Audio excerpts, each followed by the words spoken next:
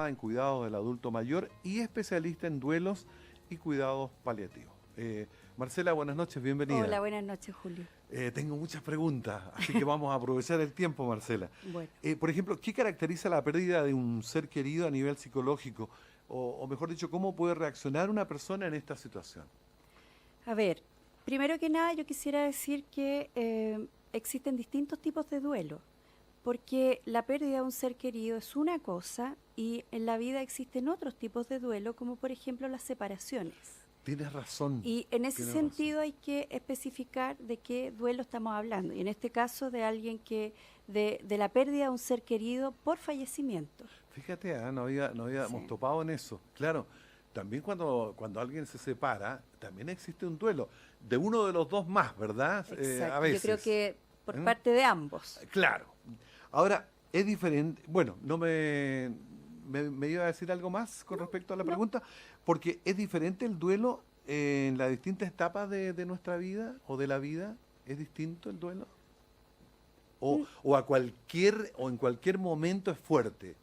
El duelo siempre, en verdad, el perder a alguien que uno ama siempre es fuerte, pero también va a variar de cuán cercano era a mí esa persona. O sea, es distinto que a uno se le muera un pariente lejano a alguien que era absolutamente significativo y estaba presente en tu vida. Ahora, en ese sentido, va a generar diferencias. Lo que De acuerdo al ciclo vital, la pérdida es vivida en un niño probablemente de manera distinta a un adulto. ¿En qué sentido? En cómo se va a manifestar esa pena o esa pérdida. Por ejemplo, podemos encontrar que en un niño va a Cuando estar tú más hablas, perdón, irritable, ¿sí? cortito, cuando tú hablas de un niño, ¿de qué edad me estás hablando? 7 años, ocho Ya, años, es muy distinto a a... un adulto joven, por ejemplo, veintitantos años, a cómo también lo puede ver una persona que está en la segunda mitad de la vida, a partir de los 40, porque las personas que estamos ya en esa etapa de la vida, vemos más el tema de la muerte como un proceso eh, al que todos vamos a atender en algún momento. Producto de la edad, nosotros vamos viendo que ese momento ya no es tan lejano. Mira, ¿Te das sobre cuenta? eso yo quería tomar una parte de la que tú dijiste. Eh, ¿Cómo se trata la muerte de un hijo, por ejemplo? ¿Afecta más al no ser una situación que sigue el curso, se podría decir, natural de la vida? Es decir, uno siempre piensa que los padres debieran partir antes que los hijos, por lógica, pero no siempre se da. Sí, bueno, los especialistas en salud mental pensamos que la muerte de un hijo es la muerte que probablemente una persona nunca logre aceptar del todo, porque es como la pérdida máxima. Pero por otro lado, también pensando en que el duelo puede ser una experiencia de crecimiento, la muerte de alguien que uno ama tiene que ver también, el que yo pueda elaborar bien esta situación de duelo tiene que ver con que yo pueda aprender de esa situación, es decir, pueda transformarla, pueda pensar que el otro, que ya no está, pasa a estar de una manera distinta, pasa a estar en el lenguaje, pasa a estar en la historia de la familia. Cuesta no ver físicamente a la persona que no está, uno la echa de menos, llora, y en la medida que pasan los primeros meses, claramente se hace mucho más fuerte esta ausencia.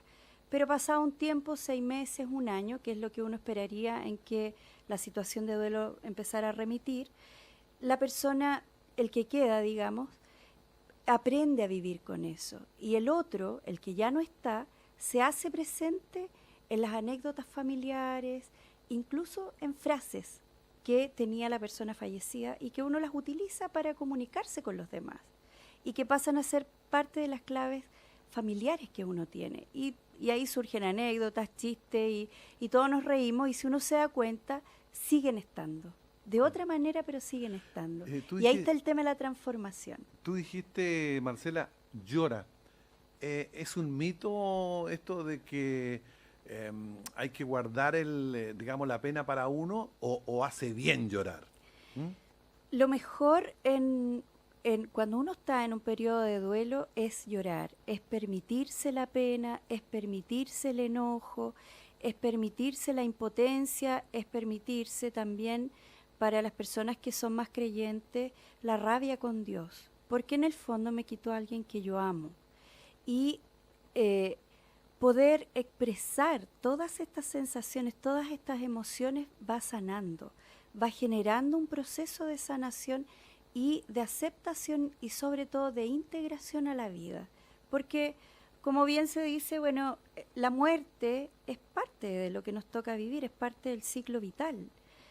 Pero tenemos que integrarlo. Los seres humanos, especialmente en esta cultura del éxito, no estamos orientados a reflexionar sobre la muerte, porque nos asusta. Mira, yo hago la comparación, es como los jóvenes que ven al adulto mayor o la adultez mayor, lo ven como allá, bien lejos, y van a llegar.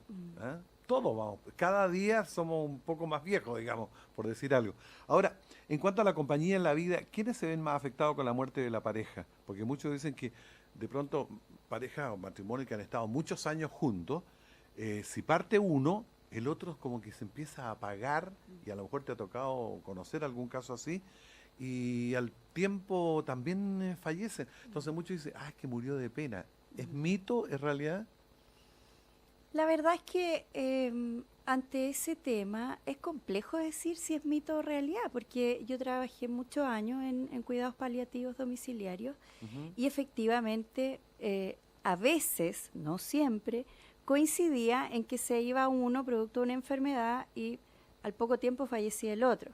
Probablemente lo que ocurra ahí en términos psicológicos y también biológicos es que la persona que queda cae probablemente en una depresión y al deprimirse ocurre un efecto inmunodepresivo, exacto. Se deprime todo el organismo y probablemente eso hace que se enferme más y lo lleve a la muerte. Yo te iba a decir qué hacer cuando nuestra pareja ya no está. ¿Qué cambios se producen? ¿Esos son? Pero también vemos que hay gente que rehace su vida. Claro, Incluso los clubes que hay, ¿verdad? Dicen que hay más mujeres siempre que hombres. Bueno, sí. El hombre como que es más solitario también. La mujer es más de juntarse con sus pares y después del duelo, me imagino, seguir, digamos, viviendo lo que les toca a ellos, cumpliendo el ciclo, digamos. Sí. Ahora, es relativo esto de que... no es tan tajante. No, que se da más en hombres o en mujeres. Depende de cuán importante fue el vínculo para la persona, cuán importante y significativa fue la vivencia para esa persona. Una persona que ama a otra debería dejar ir a ese que muere, digamos, pero dejarlo ir en términos de no estar todo el tiempo como pensando en pucha, pero ¿por qué me dejó? ¿Por qué se murió? Bueno, no podemos responder a eso, es parte del misterio de la vida. Pero sí podemos decir que quien se queda tiene la posibilidad, en verdad tiene varias posibilidades. Una, deprimirse y morirse pronto, porque la depresión lo va a enfermar y va a fallecer pronto, o tiene la posibilidad de aprender de esa situación, integrar todo lo vivido con esa persona amada y seguir siendo feliz.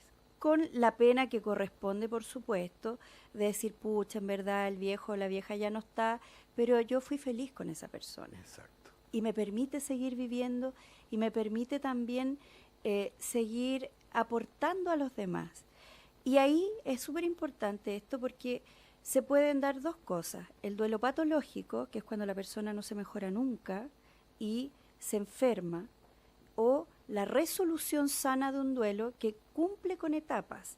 En psicología y en psiquiatría uno habla de un duelo patológico cuando la pérdida no fue aceptada y eso se extendió por años. Te voy a preguntar sobre eso. Esta noche nos acompaña Marcela Rojas Maturana para hablar del duelo. Ella es psicóloga, es magíster en psicología clínica analítica junguiana, diplomada en cuidados del adulto mayor y especialista en duelo y cuidados paliativos. ¿Cuánto tiempo, Marcela, debe durar un duelo? ¿En qué momento ya no es sano y la persona debiera buscar ayuda? Te hago 3 preguntas en una Sí. para que lo desgloses bien. A ver, en primer lugar hay que decir que el duelo es normal. No es que uno tenga que dejar de trabajar porque está en una situación de duelo, no es que tenga que interrumpir mis estudios por estar en una situación de duelo. El duelo es parte de la vida y en general los médicos, cuando fallece alguien, le dan un poquito de días para que descanse, se reponga y mandan a trabajar a la persona. ¿Mm? Ahora, eso en términos más concretos, y la gente va al médico, oiga, deme licencia y no sé qué, y los médicos le dicen que no. Ahora, Ah, no hay licencia por un duelo. No, no, no está incluido, digamos. no debería. No debería porque no constituye una enfermedad. Es parte natural de lo que tenemos que vivir los seres humanos.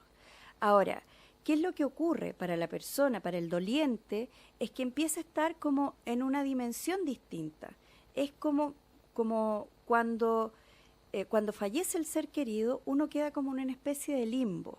Sigue funcionando como en piloto automático, pero uno está en otra, está como ido. Ahora, ¿qué es lo que ocurre ahí? Un duelo debería resolverse en términos diagnósticos entre empezar recién a superar esta pena profunda que me invade a partir del 3er mes del fallecimiento. Ujú. Y de ahí se podría prolongar entre 1 año, máximo 2 años, como algo que me invade y me impide seguir adelante.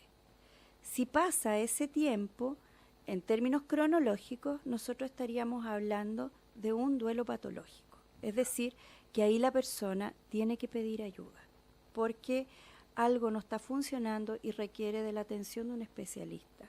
¿Mm? Una pregunta que es media complicada. Fíjate que se comentó mucho de esto de la mamá de Cerati, ¿verdad? Que lo tenían conectado, el cantante de Soda Stereo.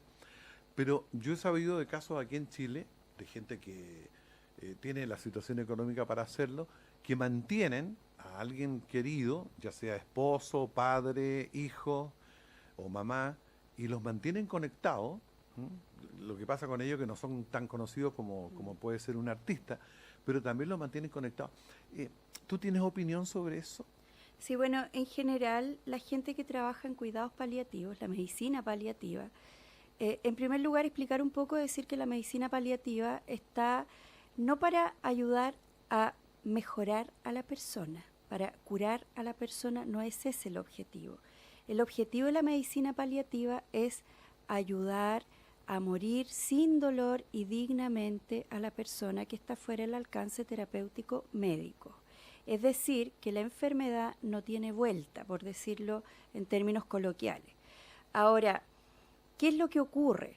En este querer mantener a la persona con vida, a veces, producto del cariño, como psicóloga yo puedo entender todas esas cosas, pero mi función ahí es mostrarle al familiar que esa persona va a fallecer en cualquier momento y que no hay que extender la vida a como dé lugar, porque ahí, y lo que pretende por un lado los cuidados paliativos hoy día, es evitar lo que se llama el encarnizamiento terapéutico, que es decir... Fuerte esa palabra, así pero es así, ¿no? es así.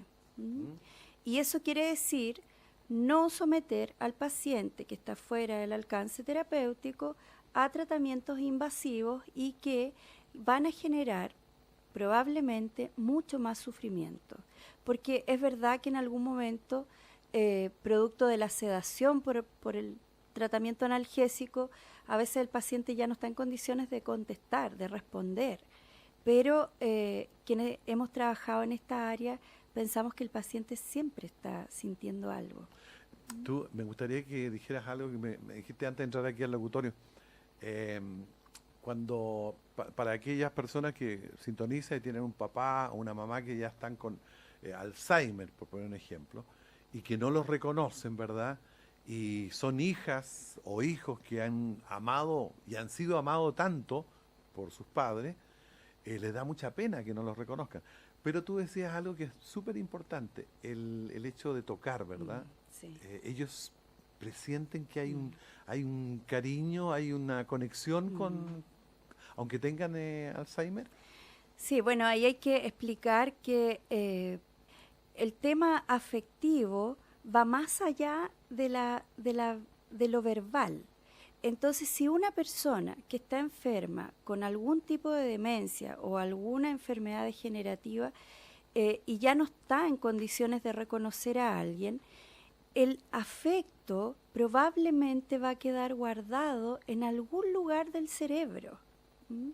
Y en ese sentido, el poder tocar a la persona enferma, el poder hablarle, el que uno le diga mamá, papá, y contarle historias, hacer memoria con esa persona, aunque la persona no entienda nada, de alguna manera lo va a ayudar, porque eso es un estímulo, pero no es cualquier estímulo, es un estímulo afectivo y probablemente el más significativo.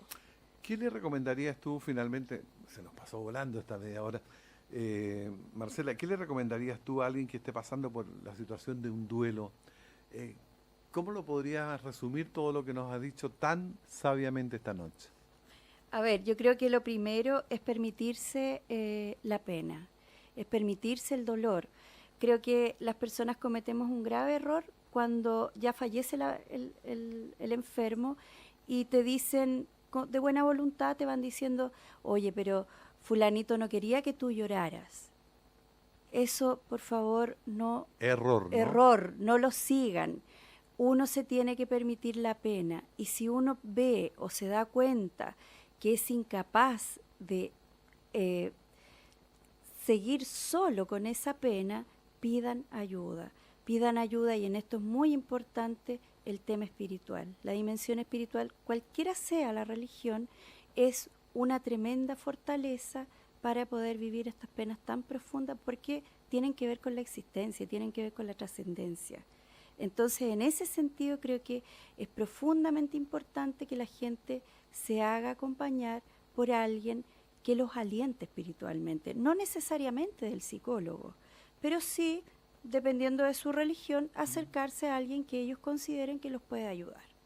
La verdad, me desahogo contigo. Ha sido un regalo el que estuvieras esta noche con nosotros. No, yo muy feliz, así que muy agradecida también. Además, tú enunciaste algo que nos da la posibilidad de que, ojalá en un tiempo más, no tan lejano, te vengas por acá y hablemos del otro duelo, po. El duelo de... Sí. Tú dijiste, bueno, primero voy a aclarar que hay dos tipos de duelo. En verdad son muchos duelos, porque ¿sí? uno puede hablar del duelo más bien en términos simbólicos, que son las miles de separaciones y pérdidas que tenemos en la vida. Ya, dejémoslo Sí, entonces yo para un feliz, segundo sí, capítulo o ni un tercero, problema. como quieras. Sí, ¿Ah? sí, feliz. Gracias.